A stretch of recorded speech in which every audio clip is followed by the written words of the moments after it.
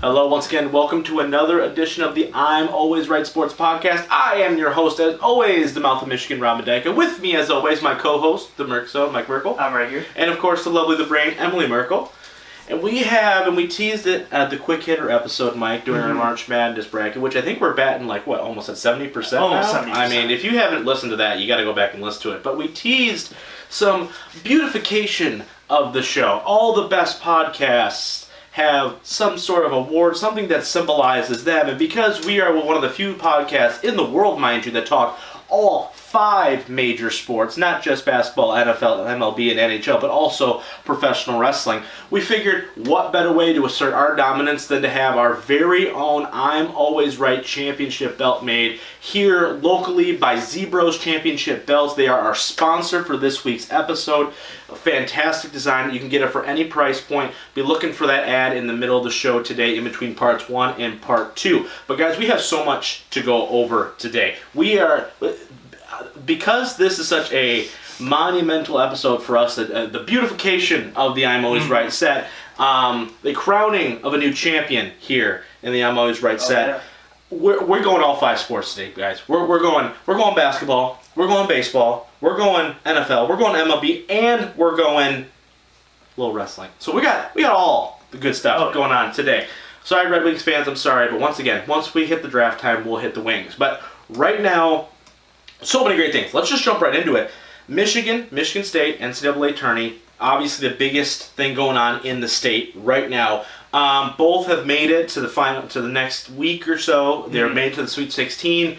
Mike, I'm going to start with you. More impressive team in these 2 games. Obviously, Michigan State coming off the Big Ten title tournament win. Michigan, obviously, on the losing end of that. But they both came out since then. Michigan State, I feel like, came out a little slow. But tell me, just based off competition and their performance respectively, who's been more impressive so far in the first 2 games of the tournament? Me personally, I would say Michigan. Michigan has been more impressive in these first 2 games. When you look at Montana, they blew them out. They were never trailing in that game. And then they played Florida, and they were never trailing in that game. So they played 2. Well, Montana's not good, but they have some elite players, as a Beeline says. And Florida, who they never played before this year, mind you. Whereas when you get to Michigan State and you already played Minnesota once and blew them out, you already had a game plan going into that game to help you out after you beat Bradley. Michigan had to go into this Florida game, who I think Florida is even better competition than Minnesota at face value. Now you don't have a game plan to go against Florida, where Michigan State had a game plan against Minnesota. So I think Michigan's win was a little more impressive, even though it was 5 point. It was only by 15 instead of 20. I think that's semantics. But it's still a blowout either way. Right. Well, both teams blew out both opponents, but I think Michigan's looked better because they didn't have the game plan already planned out. And same question to you. Are you kind of on the Merkzone train here? Michigan looking, obviously, Beeline does a great job of getting Michigan ready for the tournament, right? This is the 3rd straight year they've been to the Sweet 16. Looking primed to make another run here. Who do you think's looked more impressive in the tournament so far? I'm gonna go with Michigan. Okay. Michigan. I agree with Michael. I think overall I would argue that Michigan is a more complete, better overall team. But that's just kind of really all right. Even though Michigan State's beat them 3 times. Yeah, I just think we suck at beating anyone who we're rivals with, whether it's like Michigan State, Ohio State. I don't know. We have like a choke artist tendency on those fronts. Yeah, every state fan just went, yeah, you're right. No, I think you're right. I will say this, that we're obviously all Michigan fans here, but obviously I don't think we're naive enough to say that Michigan State does not have the ability to make a run here. Yeah, no, they definitely do. The Duke UCF game obviously will determine quite a bit of that, I feel like. But going in, I think the Bradley game, though, for Michigan State, it had that feeling of Middle Tennessee State for a good chunk of that game. I mean, they were losing at halftime. It was close throughout, right? Finally, they kind of got up on it at the end of it. But at the very beginning, you're just like, oh boy, like this is really not the game that Izzo intended it to be, right? So I do agree with you guys that Michigan has looked more impressive, but let me ask you guys this then. Even though Michigan has looked better, I think overall, who's got a better chance to win it all right now. As the bracket sits, as of right now, whether it's Texas Tech or Buffalo, whether it's, who's Michigan State playing? I don't even know who Michigan State's playing. LSU. They're playing LSU. So, I mean, who's got a better chance right now? I know the Duke thing is obviously the wing. As of this recording, we don't know who wins that game. But just as it sits, who's got an easier path to get there? Is it Michigan and Michigan State? And who's going to want? Who do you think makes that run out of the two teams? I say Michigan State goes farther. I don't know by how much farther. Okay. But I don't know. I don't have the high confidence that. So Michigan will play the winner of Texas Tech and Buffalo. Obviously, we don't know that yet because we're recording it before that game. Yep. But if they end up having to play Texas Tech, I don't know if they can get past Texas Tech. Right. Because I like how Texas Tech is. And I think that's who we picked them to lose to in our bracket as well. Is that's kind of this would be the last kind of run before the Elite Eight. Whereas Michigan State, I think, have a higher probability of beating LSU. Absolutely. And then they would probably play the winner of a predicted Duke Virginia Tech, depending on those two teams winning. And then the winner of that game is who Michigan State would play. So I think that's the Elite Eight area is where Michigan State could falter. You think Michigan State can win it all? But I do think they could win it all. You do? Okay. Yes. Because I think, and if you want to go into it, I think they could beat Duke.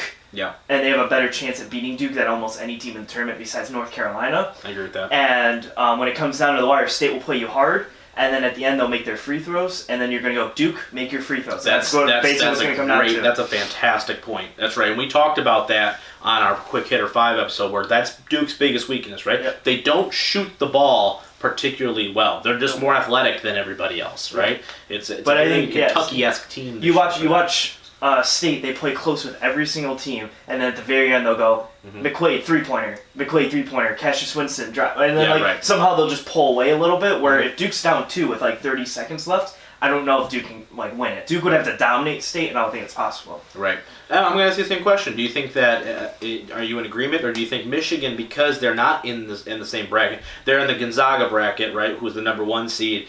Do you think that Michigan has a better chance of kind of getting through this tournament and making a championship run like they did last year, or are you kind of in Mike's camp again, where Michigan State really playing some really great basketball right now, and once again, it comes down to making free throws at the end of the day? I don't know. I think it's tricky. Yeah. I think it's a little tricky. I think Michigan could do it. Do I know if they will? I think that if you were a betting person, it might be a safer bet to bet on State.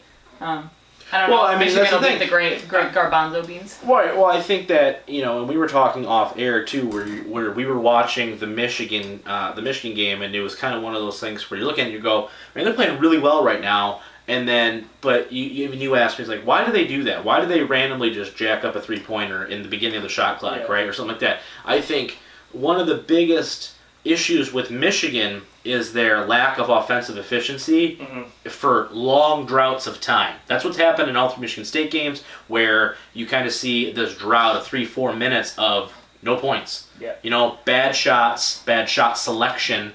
You know what I mean? And I think it comes down to is they don't have the guy to go to when they're in a 3-minute drought. They kind of just have to sit there and wait until it's all about scheme for them. And and I think that's a big difference when Michigan State's got Cassius Winston. Exactly. To go and take a dribble drive, make a nice layup, or make a difficult shot. Or they got McQuaid who can almost guarantee in the corner, who can make one, and then you're starting to wow up. Now, however, though, Michigan, I think the teams that they would play, I think are easier. Right, I no doubt. You don't want to play Duke at all. I'd rather play Gonzaga than Duke. I'd rather play Florida State than Virginia Tech. Right.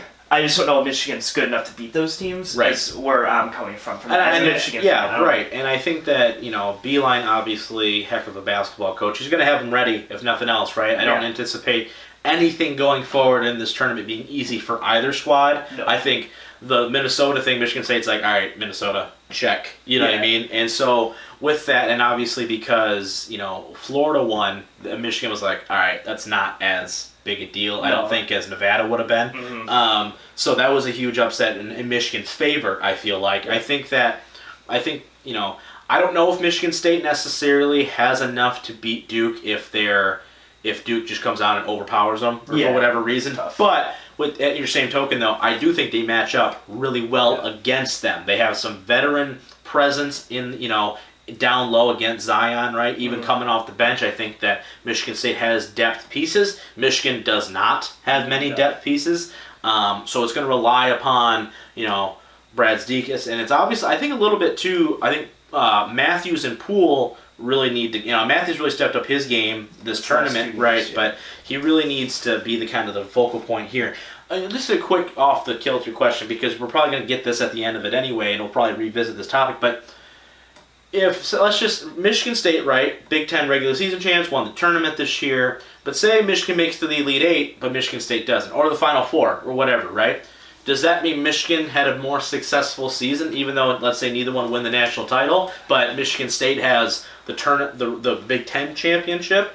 Or because Michigan theoretically could make it farther, does that make Michigan's season more successful? I think the only way you can say Michigan's season this year in particular is better than State's if they win at all. That they win the championship. Or I guess you could argue if they make it to the finals. They're in the final two against North Carolina and lose. Right. That's still pretty successful. But if they don't if they don't get there though, and especially if State gets to Elite Eight, Final Four area also, you're telling me that State's going to be regular season champs, tournament champs, Big Ten tournament champs, and then they make it to the Final Four. There's no argument I can make toward Michigan being better, even if they do make it farther in this tournament, unless they do get to the finals and or win it. Right. Then I could be like, well, Michigan won the tourney, so they're better. They're the best team, right? Yeah. So, but other than that, I can't. I think the 3 games, right, is the hard part. I mean, what do you think? Do you think that making it farther in the tournament, what does Michigan have to do to call their season more successful than Michigan State's? Is it just making it one round further? Is it winning the whole thing, like Mike's saying?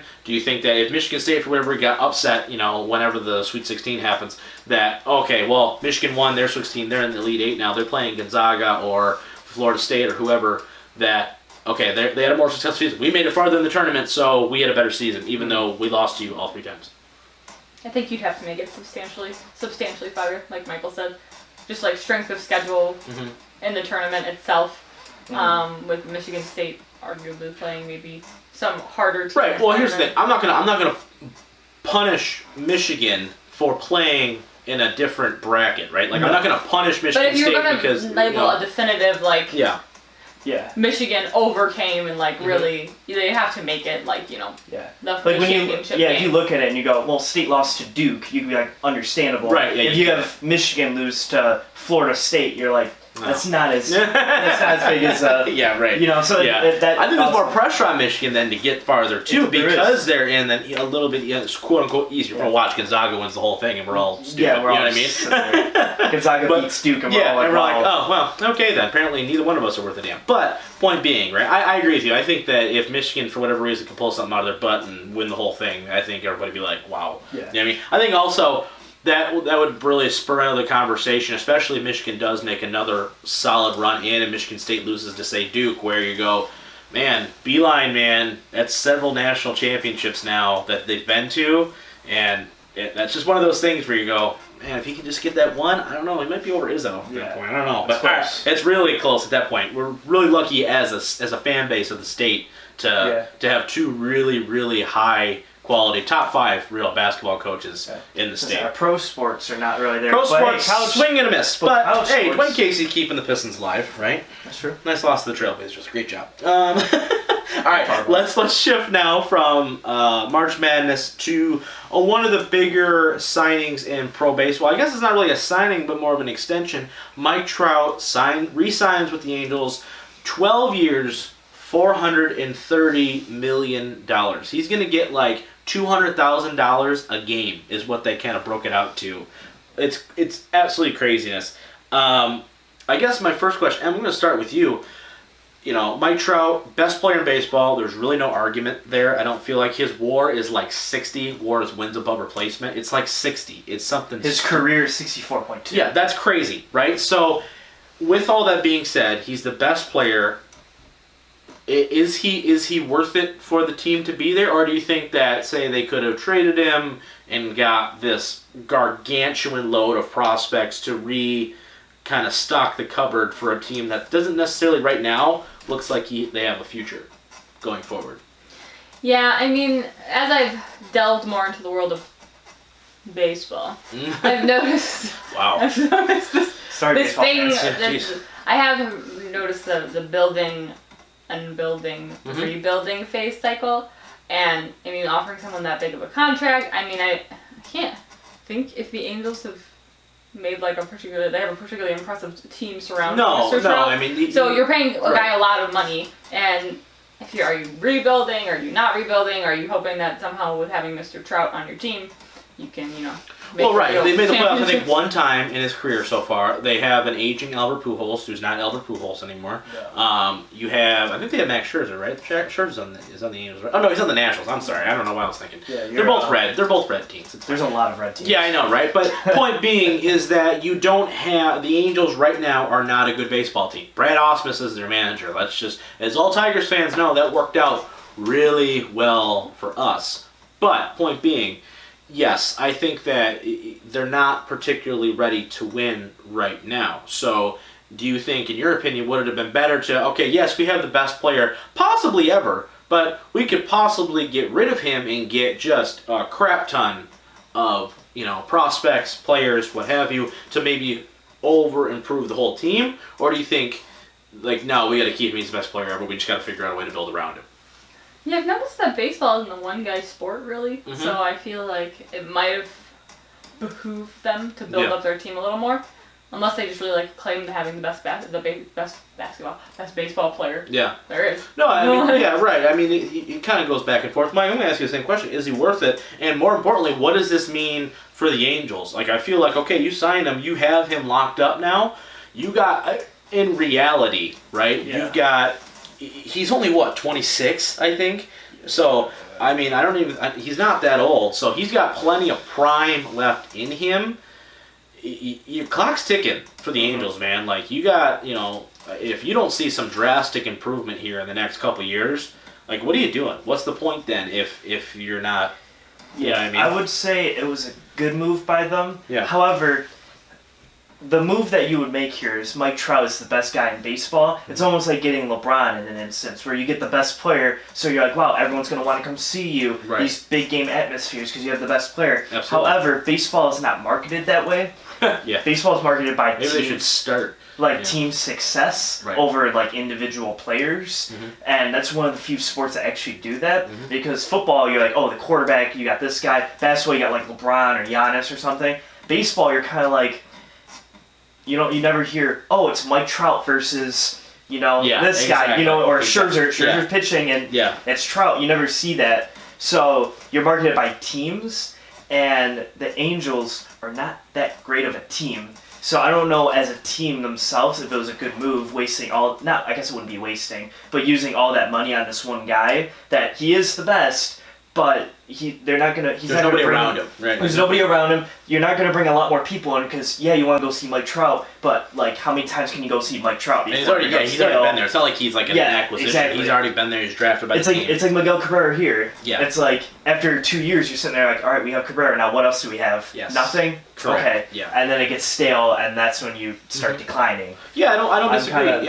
I think the LeBron comparison is fantastic because it's similar to what he had in Cleveland the first time. Yes, because you have the superstar, right, who could possibly be the best ever, and now you're okay, but now you got Drew Gooden playing next to LeBron. Yeah. You know what I mean? Where you got an aging Albert Pujols that you signed to pair with Trout at the time to be like, wow, this is going to be awesome. But I think the signing as a whole, I think they were smart to do it now because he deserves to be the highest paid player in baseball. Mm-hmm. He's the best player. There's no question there. 2, he's at an age to where even when he gets into his early 30s, he's still going to be playing at a high level. So the good chunk of this contract is going to be good, right? Yeah. Where they're going to be paying him below market value.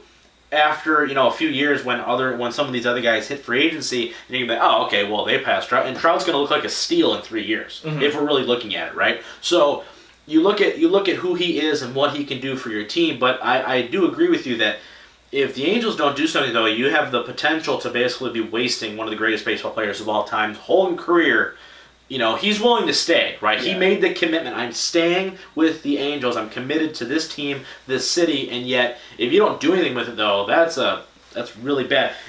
should he have stayed, though? I guess that's my other question. Then. If you're Mike Trout, do you stay, or do you go to a team like the Yankees or, the Dodgers, every team that's going to throw crap tons of money? The Detroit Tigers. No, they wouldn't do it. No, we're not paying until 2021. Yeah, exactly, right? But, he had 2 years left already on his deal already that he was currently on. They just got an extension. So, do you think he should have re-signed here? Should he have waited to see, listen, I want to know what the heck you guys are going to do. What's the plan? Yeah. Because right now, we're not good. I mean, I guess it depends how you are as a person. We don't know these people personally. Of course. So some people are like... Mike Trout, we're bros. You're like best friends. Yeah, we're bros. It's like Clayton Kershaw and Stafford. Yeah, exactly. Did you know they went to the same high school together? Oh, I did, actually. I'm only reminded once a week. But, every time Matthew Stafford or Clayton Kershaw play, it's like, hey, did you know that they're best friends? Like, ever? Okay. But anyway, back on track. So, yeah, I guess it kind of depends on the person you are, because there's some guys that are like, oh, just pay me. I'm not going to throw Antonio Brown. Just give me $40 million, I'll come to your team. You can be awful or you can be amazing. And then there's some guys who are like, I'll take this pay cut and go to this winning organization. And I guess it just kind of depends on the type of player you are, because 12 years, $430 million is a lot, but you're not getting much more help after that, I don't think. Right, and that is So baseball's the one sport where I feel like you can splurge and still somehow, but once again, if you're in a full rebuild though, like the Phillies when they signed Harper, there's pieces already in place where they're like they were terrible and now they're on the upswing. Okay, we're gonna add Harper to put us over the top. Where the Angels have not done that. No. So it's just you're just kind of sitting there like, okay. And the same question: if you're Mike Trout, right? You're the prettiest Mike Trout I've ever seen. But do you stay or do you kind of weigh your options, knowing you still have 2 years left on your original contract? So you go, okay, I need to see a plan before I commit the rest, basically, of my prime career to you. I don't think the money is ever really an issue here with him in particular, because I think if Mike Trout was out there, everybody and their mother would have traded, their second son for him. So, you know what I mean? So do you think that he should have stayed, or do you think he should have weighed his options and been like, you know what, maybe I need to assess the value of the organization before I commit long-term to a team like this? I mean, I think it just kind of depends on, like... Especially with this tax and everything in Los Angeles and stuff, that's high taxes there. Should have went to, somewhere else, like in Miami or something like that. They have no income tax, right? Or something like that. I think that's completely false. But oh, really? That's why Sue went to Miami, right? It's lower than... There are lower tax... California does have particularly high tax rates. Right, that's what I'm saying. That is true, but I don't think there's anywhere that has no income tax. Well, that's what... But you know what I meant, like lower tax... Yeah, the federal government actually taxes you. You know what I meant. Listen, I'm not a finance guy, okay, folks? I don't know if you guys know this or not. I know like 3 things, okay, and it's all sports related. So, anyway... No. I think, I admire some loyalty. The guy's like, yeah, this is my team. This is what we're gonna do. We're gonna make it happen. I mean, it depends on if we're talking. I would have to sit down with Mr. Trout and talk about his life goals and where he wants to be. Give him a full-on assessment. Tell you what, like, is he trying to go down as one of the greatest players of all time? Is that what he wants? Does he want that label? Then I feel like if he continues his trajectory, I think it's pretty much a given. Yeah. You know what I mean? Yeah, but I mean, a lot of people will argue. I mean, like, if the Angels can't get it together and the guy doesn't make it to a championship, you know what I mean? Like, yeah, no doubt. That's kind of an odd. But that's the part of stuff you kind of have to weigh, right? Is if you are him, do you think, okay, I play for a crappy organization. How do I want to be remembered as the guy who, I played for the same team forever, but I never won a championship? Like, I don't know, what would you say if the Patriots suddenly started sucking? Should Tom Brady, like... If that's the case, then it's probably partially on Brady, so it probably should retire. But the point is that Brady... 5 years ago. But, right, 5 years ago. Even then, you already had your 3 championships, so it's one of those things where he has never accomplished much in the sport as far as, success as far as wins and losses. He's won MVPs, he's done all that stuff, but he's never made it to the World Series. I don't think they've even won a playoff series with him on the team. So, it's just that's how dysfunctional that organization is. So, I mean, do you stay? Do you just go, you know what, I like it here, it's Los Angeles, Sure. Lots of monies. It's nice weather. You know how many monies you can get there? Yeah, like 5 whole monies. That's how many monies you get. 5 monies, people. Monies. You heard it right here. 5 monies. No, see, it just depends, really. Well, if it was you, if you're LA, maybe he wants to be the guy. Maybe he wants to be like the Jeff Bezos of the Angels or the Explain for our viewers who Jeff CEO of Bezos is. Amazon. There you go. Thank you. I wouldn't know. I know who that was, but some people probably the same reaction to Who's the guy who owns Quicken Loans? What's his name? Dan Gilbert. The Dan Gilbert of Los Angeles. You know, like some people got a little bit of an ego thing going on. I know 4 things. where they just, they want to be there. They want to be a part of making a crappy thing a good thing. No, and so maybe that's just his prerogative. Maybe he doesn't care if he wins. Yeah, I'm interested. Whatever makes you happy and feel like the most most complete person is what you should do. Wow. That was mom time with Emily Merkel. Alright guys, that's going to be it for part 1. Part 2, we got another edition of the Merkzone Mock Draft. We've got the Lakers officially eliminated from playoff contention. Sorry, Mike. And of course, we got a little Kofi Mania here going into Wrestlemania with the WWE. All of that and more coming right back after these messages from Z-Bros Championship belts. Stick around. Hey guys, it's the Merkzone, Mike Merkel here from the I'm Always Right Sports podcast, and today I want to talk to you guys about our official belt maker, Z-Bros. That's Z-Bros. You can find them on Facebook. They make these beautiful belts for any occasion, any price. Oh gosh, are you okay?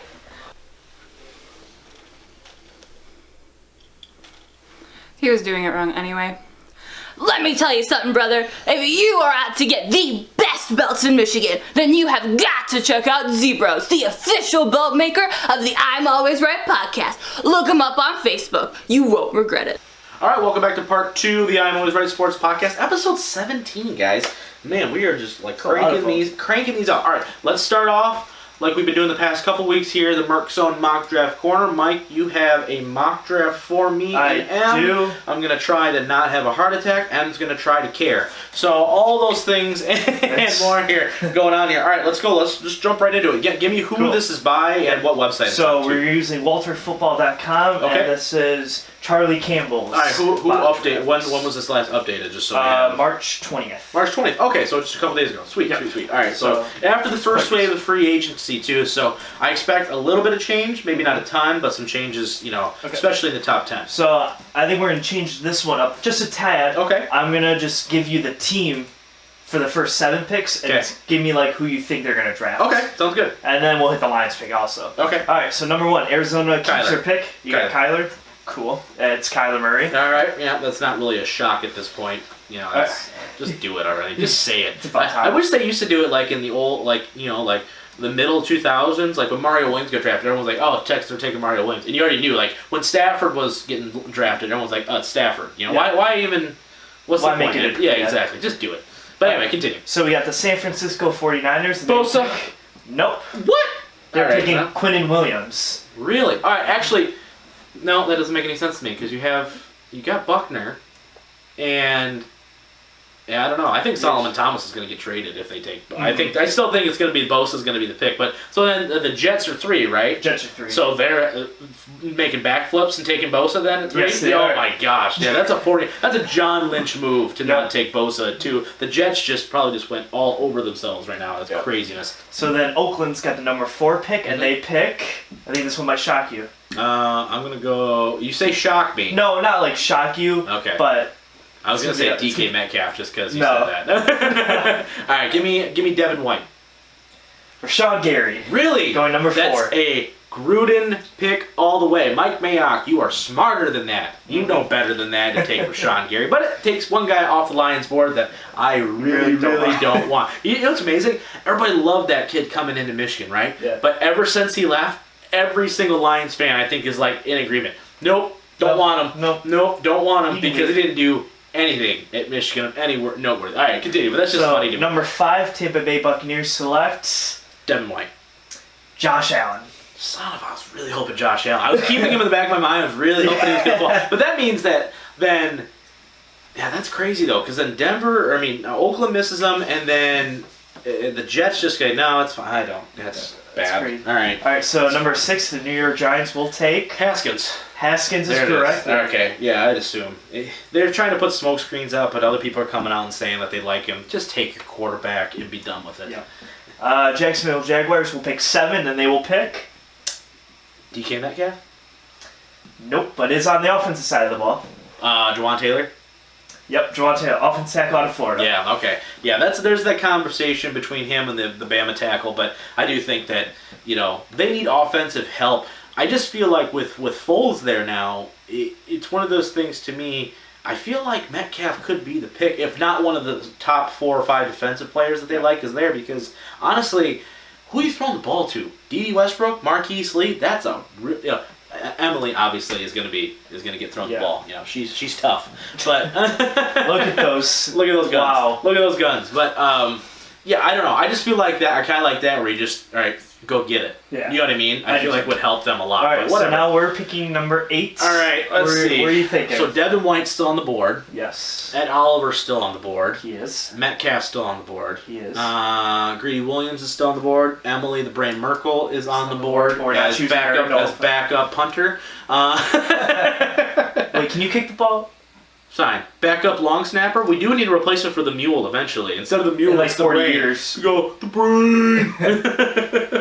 But I'm gonna go with the pick that I think at that point what they should do. I don't know if it's actually gonna be what they're gonna do, but here's what I think they should do. Okay. I think it needs to be Ed Oliver.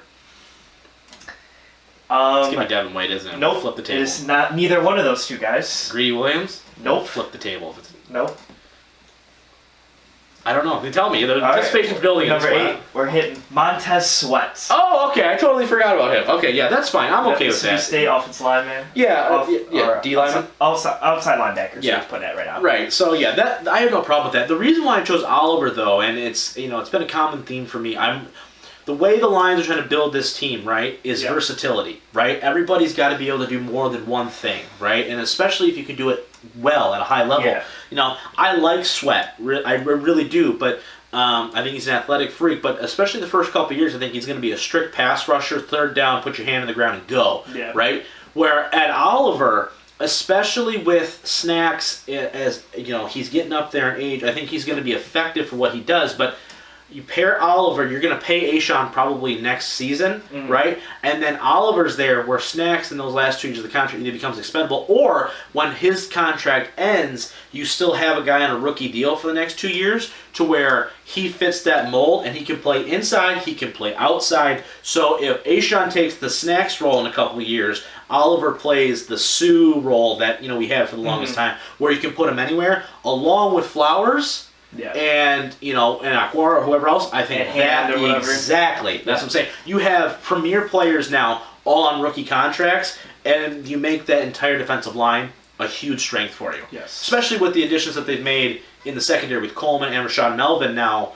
I think that you're really starting to see the defense kind of take shape, and it's really exciting, actually. Yeah. So just to note, Ed Oliver would go next to Buffalo. Okay, that's another team though for me where I'm like, dude, go take. I don't know. I'm really high on Metcalf just from strictly a playmaking ability. I think at the beginning of his career he's going to be go. You know what I mean? He's going to run 3 routes. A post, a post corner, and a streak. You know what I mean? Yeah. He ain't going to run a ton, but what he is going to be able to do is he's going to be able to take the top off the field, and he's going to be a man out there. So I don't know why a team like Buffalo with Josh Allen, who can just throw it 1.5 miles with ease, why you don't do that? Like your defense is pretty okay. You know what I mean? And this I think might shock you too because I found before that, Pittsburgh takes Devin Bush at 20. That's a Pittsburgh pick right there. Smart guy, can cover the field. He's Ryan Shazier's replacement. Is exactly what he is. Number 22, Baltimore Ravens pick DK Metcalf. That's a Baltimore pick too, though, right? I find it interesting because with Lamar Jackson there, without the ability to really throw the ball, right? Yeah, I mean you will need that guy, but at the same time you don't have that guy who can just move the ball. I just think that's. Well, once again though, it's here. I'm just gonna chuck it, and hope you go get it, kind of thing. There's no accuracy involved. Just put it within a 10-yard radius of him and just go. You know what I mean? But that's interesting. All right, give me. Let's go second round. So second round, nothing too notable in the second round. But the Lions. Well, where do you think the Lions go? I don't think they're going to go corner anymore. I think they should go wide receiver. So I'm going to say Paris Campbell. Make me happy. Nope, because Paris Campbell goes 2 picks before that. Son of a! All right, that's awesome. Okay. All right, I think this one you might get your heartbeat going a little bit. All right, if it's a corner, I'm going to be pissed. Nope. We're picking Jeffrey Simmons, defensive tackle out of Mississippi State. So we've got all the defensive linemen from Mississippi State. Yes. Okay. We collect. Yeah, right. Yeah. That doesn't. No. Wrong. That's the wrong. It's not correct. Just because it doesn't make any sense at that point. It wasn't as visceral of a reaction. No, I thought he was gonna blow up. So. No, because it's just. Now he's thought about it though. No, because it's stupid. Because you look at it, you need another wide receiver. So tell me who the third. No, okay. no, I'm cranky now. Tell me who the third round pick is, because if it's not, because you still really haven't signed a tight end. You need another tight end. Logan Thomas is not going to be our other tight end this year. We are picking tight end in the third round. Okay, it's not Irv Smith Jr. though. It is not in the second round, but okay. We will be picking Caleb Wilson, tight end out of UCLA. Okay, that makes sense. Decent blocker. Yeah. More complete guy. How big is he? 6'4", 240. Yeah, that makes sense. But see, if they're going to go that route, then I would really love for them to go receiver round 2. Because now, all right, you get your other tight end that you like, okay, along with Jesse James, and then you get a receiver in round 2 where you go, okay, so we took our best defensive player in round 1, get a receiver in round 2, especially a slot guy, then get your tight end in round 3, and then go interior or offensive lineman in rounds 4 or 5, and then throw the best defensive player in there as well. That's a solid draft, in my opinion, where you address, it's not so much just need, but there's players in this draft that fit your needs, right? Paris Campbell in round 2, if they can get him, fits a need. Slot receiver, fast, would be Stafford's security blanket for the next 5 years, and it'd be awesome. You know what I mean? So... But that's just me. I'm not upset with that, but I don't. The whole the pass rusher defensive line thing. It's like I feel like your defensive line, especially with your first pick, is pretty damn good. Mm-hmm. So why double up on it again unless you have no intention of paying A-Shot, who graded out really, really well at the end of last year. Yeah. So it doesn't make any sense to me. All right, and thoughts on the mock draft? I think it was lovely. Alright, jeez, alright. Every once in a while you want to sell it. Listen, when I first started watching football, when I started dating you, I watched the Lions. I'm not fully invested in this whole, college football thing. So I don't know anyone who we're talking about, except DK Metcalf, the guy who has, really low body fat percentage. Correct. Yes. Yeah, I know that about him. And Montez Sweat has a funny last name, and if he ever came to the Lions, I'd want a jersey that says Sweat on it, just because I think that's hilarious.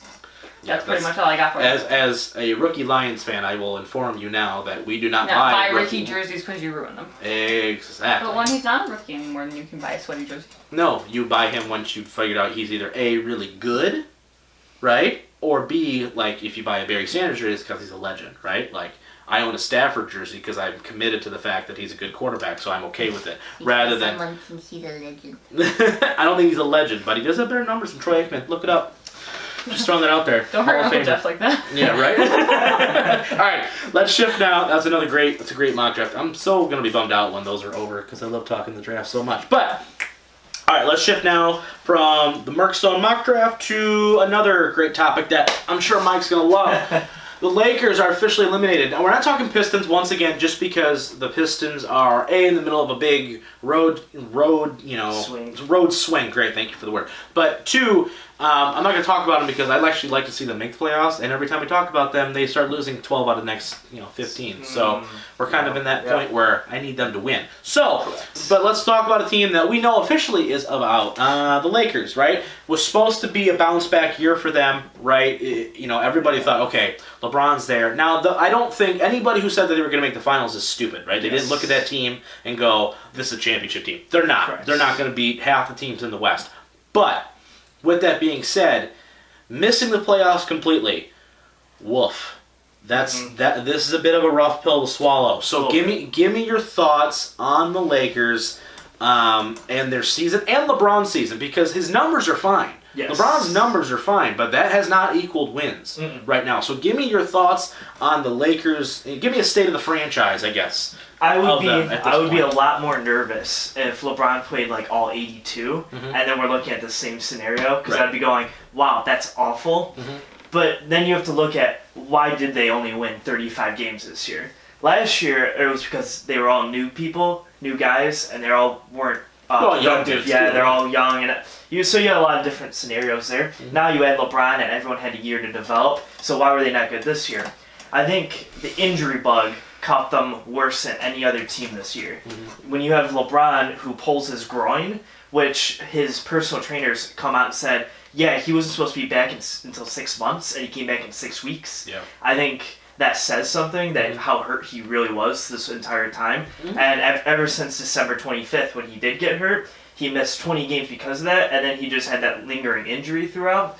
And then that wasn't even the fact that Brandon Ingram missed 10 games, Rajon Rondo missed 20, Lonzo's missed the last third of the season. You haven't had your starting lineup since early December altogether, so I think that all plays a part into it. So, and you're in the West. Competition's a lot tougher in the West. Absolutely. Through all 15 teams. I would say the top of the East. Like if you put top 4 versus top 4, I like the top 4 of the East. But there's a big drop off after that. Absolutely. And then that's when you're looking at like LeBron right now. If they were in the East at 35 wins, they'd be in it. They're fighting for an 8 seed right now. Right. And now they're the 12th best team in the West. That's the difference. Absolutely. No, I totally agree with you. Right. I totally agree with you. There's nothing there. What does this do? And I'm going to start with you because I know Mike's going to have opinions upon opinions on this, but what does this do to LeBron's legacy? 34 years old, right? He did not play.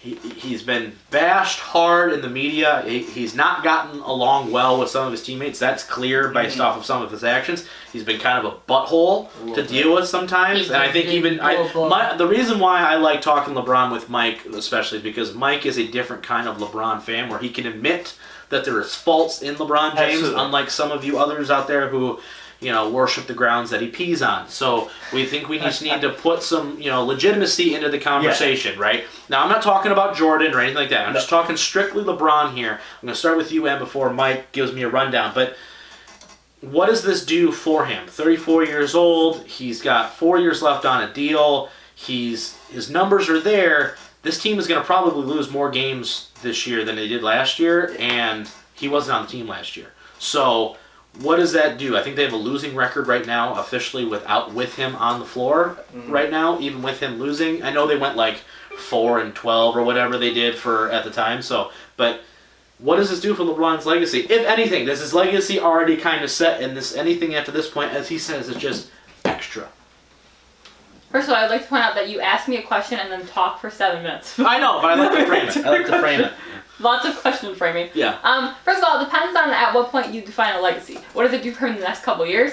People are gonna roast the crap out of him and be total jerks about it. But when it comes to the next 10 years from now, when we're all looking back at the legacy of LeBron James, is 1 year with an injured team and an injured groin and all of that, does that really negate the fact that he's one of the best players of all time? I'm not ranking the top 5 for you, but I mean, right? No, it's like we were talking about presidents. Man, it's the same thing. It is. They're like presidents. Like people want to criticize or love people in the moment, and then they always change their minds 10 years from now. Oh, sure, right. And obviously, I think LeBron will be remembered a lot better than he is right now. He will. LeBron's a great basketball player. Does he have the best attitude in the entire world? That's the question. The only thing that gets in the way of LeBron is LeBron. Mm-hmm. I think that's a great point too, and I think that. I think the Nick Wrights of the world, while they provide great statistical information sometimes, I think when you come off so defensive of a guy like that, I think you sour people on the player itself, right? It's like the Durant thing, right? Everyone loved Durant for a long time, but Durant's an a-hole, right? Yeah. Durant's a total butt, especially now since he joined Golden State. He is. He's not a nice guy. Let's be real here, okay? A lot of these guys, very few really are if you want to be the very best at what you do. Mike, same question. What does this do for LeBron's legacy? I know you're very high on this question and this season, but does it matter at all for you? Say they miss the playoffs next year, or they don't sign anybody of note. They don't sign Kawhi, they don't sign Anthony Davis, or whoever. They don't get anybody, and it's just him stuck in LA with a whole bunch of maybe above average, in maybe Kuzma's case, above average players. I think, and to bring up one point, I think that presence point is a fantastic point. That's a great analogy, because when you look at how basketball players are now, when you look at it 10 years from now, you're not going to be like, wow, they lost to the Suns by 30 or something. Right, exactly. You won't remember those particular games. No, you're going to remember the moments. The outline, you'll remember that he made it to 8 straight finals and 9 total as of right now. Yep. You'll remember that. You'll remember this moment, and then the next 3 years is stuff that you remember. You're going to remember this Lakers time. No doubt about it. No. That's why I'm asking you, though, what is this doing to it right now? Because if you're LeBron, and if I'm LeBron, I'm like, okay, well, I beat Golden State at one point. And I won a championship for Cleveland. I got my other 2 with Miami, with my super team. I'm kind of done. Yeah, unfortunately, I have to say that Yeah. I think anything he does in the Lakers is almost extra. It's like extra credit. I think his finest moment, you can almost say, was last year when he was taking that team of, you can't say nobodies because they're all NBA players, but comparatively to like the Boston Celtics that they were playing and the Toronto Raptors and all these teams, and even going up against the Warriors, very under average team. Without like him on and off the court was extraordinarily awful. Right. So I think that was like right after he left Cleveland, he was like, okay, I'm kind of done. Yeah. It's more of now you're just anything he does now I think is extra. And when you go at the end of next year, I think it's a better time to answer this question. Yeah. If you don't get anybody, but you actually do something next year, that takes a toll on your career. Well, let's do it this way. If he never wins another championship, does he ever get there? Do we count? Does he lose another one?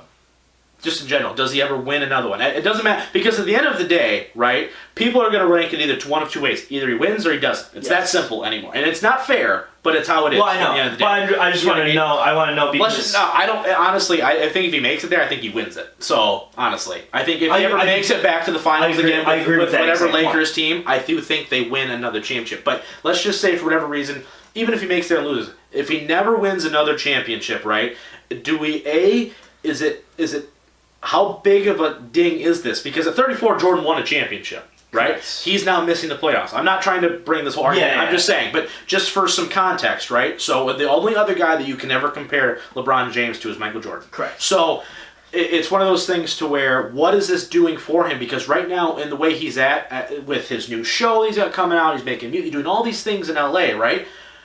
It's one of those things. I'm like, dude, at this point, you're just hurting yourself more than you're helping. At this point, he definitely is. Just retire. Well, that's the thing, and I don't want to see him retire. He's so great. He really is. I mean, he's an a-hole sometimes. You have to decide if you're in it or you're not in it. Are you in it or are you not in it? That's a great point, though, Em, that you say that. Because is he in it? Because I don't think he was in it at all this year. No. I mean, getting hurt. I think he's no, of course, and he's never been hurt before like that. But I don't think he was like. He's kind of like, all right, I'm here. Yeah. I'm a Laker. Cool. I think sell a lot of jerseys. I think the turning point for the season was he gets hurt. He and comes back, and they're trying to get Anthony Davis, and they don't get him. And I think at that point he went. I think he knows in the back of his head this team was not a championship team. Oh, absolutely. Without any other help. For sure. He was not going to win at anything. And I think the last time you could look at it and he really thought about his team that he couldn't win it was back in the first year of Cleveland right before he left. Right, when he lost to the Pistons and they're like, we're not going to be able to do anything. Mm-hmm. All this last 8 years, he was like, I think we can win a championship the last 8 years, probably. Mm-hmm. Maybe not last year, but the last 7 years, 7 finals. Right. He was like, I think I can win a championship with this team. I think he went into this season going, I don't think I can win one this year, but I'm going to try to get Anthony Davis or Kawhi or Clay or something to help. Absolutely. The moment that the trade deadline hit and he didn't get anybody, he went, I can't win. So what's the point now? Right. And that's to me that's a little bit of a problem. Just my because it's like don't do. Two, I agree with you that I don't think he was expecting to win a championship. However, I do think that missing the playoffs altogether, right, sucks. Really bad. And there's one statistic out there. I know people don't love these statistics. Yeah. I think one statistic is if he barely slides into the 8th spot and gets killed, he has a 14-0 record in first round matchups. Mm-hmm. I don't think he wanted to lose that either. Because that's like a precedent that Jordan lost in the first round twice or 3 times or whatever before he started winning. Yeah. There's like that thing out there where he can go, I've never lost in the first round. Yeah. Now there's a finals argument. There's a whole bunch of arguments. There's but I think there's something that he was like, I don't want to go to the Warriors. Do you think it hurts him more to miss the playoffs, or do you think it hurts him more to get swept in the first round? I think it hurts. By Golden State. I think at this point, and it comes back to all those last 4 Cleveland years, if you're not in the championship or you're not winning the championship, it's a failure for him. And it's like unfortunate that his expectations are higher than anybody else almost in history. That's good. But it's just kind of how it's set right now. It'd be the exact same if Jordan was playing now and LeBron was playing. You'd be like, oh, he's never going to be LeBron. Yeah, like last year in Cleveland, you're like, wow, you're going to lose to the Pacers. Then he beats the Pacers. Right, exactly. Wow, you're going to lose to Boston without Kyrie. Wow, unbelievable. So now he has to beat all these teams. And then you go play the 73-9 Warrior team with Kevin Durant by yourself. And then you're in a lose-lose situation. I agree. I don't disagree with that, but it's tough down the line. All right. Well, the Laker thing we'll talk about more, especially if they don't sign anybody. That'll be a great topic to see you flip out. That'll be awesome. All right, let's finish off episode 17 with some wrestling action here. We debuted the new belt. We're not going to talk about wrestling. Come Look at We're this gonna bad boy. talk about Kofi Kingston though, and the push that he's getting. Right, it's something to really watch because it's an organic feel. Right, it's fan driven clearly. Right, he's a guy that's been around a long time, Intercontinental Champion, U.S. Champion, multiple time Tag Team Champion. He's done almost everything he can except for World Title. And I'm gonna ask you first thoughts on Kofi wrestling for the WWE Championship, because even though it's not been announced yet, it's a foregone conclusion. They're not building anybody else, so it's clearly going to be Kofi, Daniel Bryan for the title. Are you excited about that? Does that make you, as because you're more of a casual fan, right? You're not looking at why things happening, but for you, when we're sitting on the couch in 2 weeks from now saying, all right, we're going to watch Kofi versus Daniel Bryan, are you going to tune out, or are you actually like, oh, okay, I'm interested to see this match? I kind of like it. Yeah, It's got some nostalgia vibes. It's a good push. he's not 80, you know that, right? Well, no, but he's been wrestling for been wrestling for a minute. Like Yeah. nostalgic for me, as when I first was aware of the wrestling world, it was thanks to Lil Mikey over here. Yeah. Like maybe unpopular opinion, I don't know. I actually Yeah. find Daniel Bryan boring, but that's just like maybe I don't know if you disagree with me on that. We've never talked about Daniel Bryan before. I think he's okay. The vegan thing's kind of funny, but like I don't know. I don't know if like Daniel Bryan. I like am cool with the Kofi thing, but I don't know if like the Daniel Bryan Kofi thing is like blowing my mind personally. But I think Rob wants to like murder me. Maybe I'm not gonna be married anymore. No, I don't know. we're still getting married, but I have to think about decisions a little No, bit. I like Triple H better than I like Daniel Bryan. Wow. Are you talking about just from an entertainment standpoint, right? You're not talking about like technically in the ring. Right? Oh, honey, Right. we established at the beginning of this conversation that I am a casual wrestling fan. Okay, good point. Listen, I like Triple H too. I've always been. I think Daniel Bryan's a good wrestler. I don't have a problem. I just think like the Daniel Bryan Kofi Kingston, like especially like over the course of the year, I feel like right. it flipped. Like I Right. feel like you can almost gauge these things farther out than Right. a year, except this one it's like completely like. Right, I get it. Mike, now thoughts on I feel like I just got kicked out of because it. I'm assuming Kofi. No, you didn't get kicked out, so that's why we have all of opinions here, right? I think you're wrong. It's fine. You're not always right. Yeah, exactly. It's fine. Right? Yeah. You don't get to touch it. You don't get to touch it. You don't. Yeah. You're not the But anyway, champ. Yeah. I'm not Right. champ.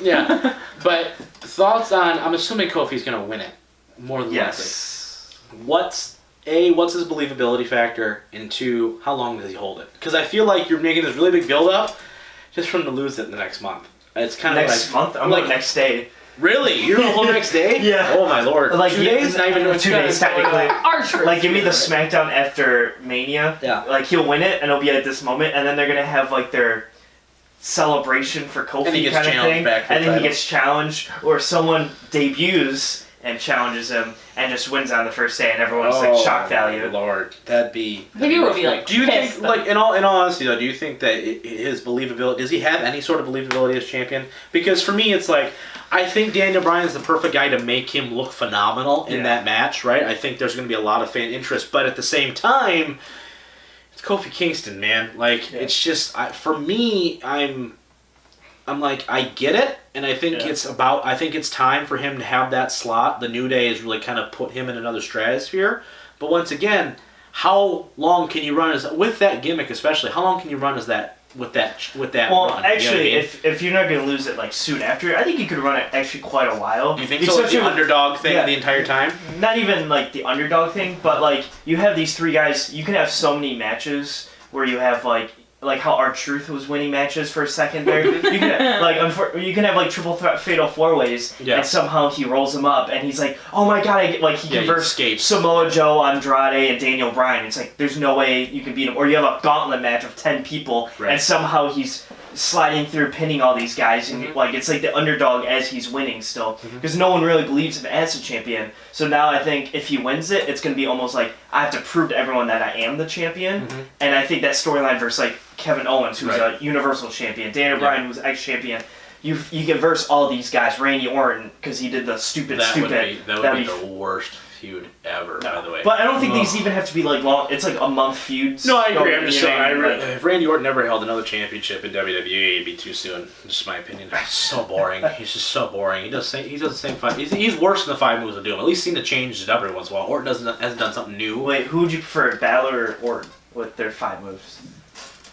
Who's on commentary when they're wrestling? Oh, that's a good point. Because if Michael Cole's on commentary for Balor, I want to shoot myself in the foot. Well, like Mauro. If Morrow was on, I'd be okay with Balor. But if it's just straight Orton and Balor with Cole on commentary, it's the worst match ever. But it's fine. But it's boring. But I agree. I think it's very interesting to see, especially if they do decide to pull the trigger. We've seen it before where they build these guys up, right? Like Lex Luger, Wrestlemania, and all these other guys that have happened in the past years where they build them up, they got the train behind them, the fans are behind them, and then it doesn't happen for one reason or another, right? Lex Luger is not the best example because the Office wanted him, but that's another episode. But anyway, all right, that's going to be it for this episode of the I'm Always Right Sports Podcast for the Merk Zone. Yes. For the Brain, I am the Mouth of Michigan, and we will see you guys, as always, next time.